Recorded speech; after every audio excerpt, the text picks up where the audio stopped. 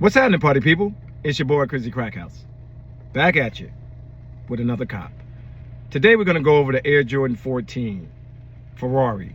I just did the pickup in Roosevelt Field, and I'm still at the mall right now, and I just wanted to go ahead and get the video done.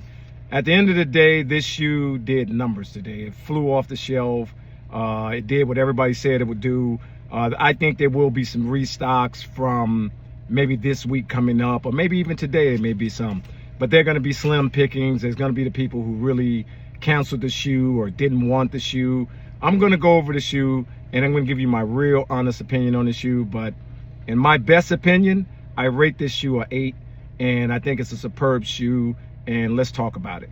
As you can see, we have here my conventional size. I just picked it up from JD Sports. We're going to go over one shoe. This is a car video, so I really don't want to get into the video like I normally do, but I do want to go over the shoe. Here we have it, Air Jordan 14 Ferrari, and in my best opinion, I think it's an incredible shoe, an incredibly clean shoe. I just, in my lifetime of buying Jordans, I really just have never cared about it that much to the point that I would buy a pair, because they feel funny on my feet and they kind of feel to me like a 13, which I rarely buy. I may have, you know, 2 pair of 13s in my collection if I can think right, but I think they hit it with this shoe. It doesn't have the really furry suede on it. This is a drier suede, like the back and forth type motion on it. They did give me a clean pair.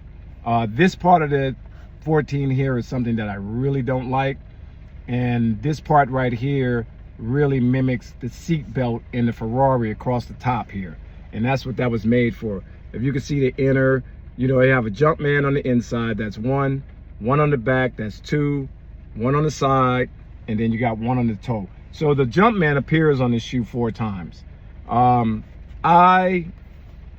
You know, in my best opinion, it's a great shoe for the person that wants it.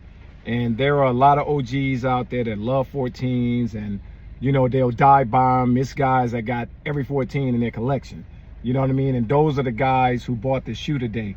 And the resellers who were expecting, you know, the shoe to go up to $350, $375 so they can make a buck.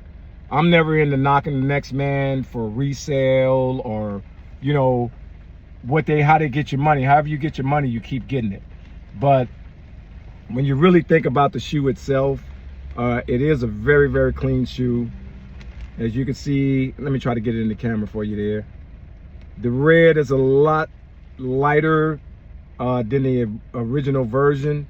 But if you think about it, and if you're a shoe person, one thing you could say, people say that Nike make the shoe spec to spec. Nike always changed something on the original shoe. It don't matter what it is. It could be a very small change, but they pride themselves in making at least one change somewhere, whether it's the color, the sock liner, or basically wherever the shoe is at. But the shoe itself, like I said, I'm going to give it an overall 8. I think it deserves that. Hands down, it deserves that. And you know, it's a very plain and simple red shoe.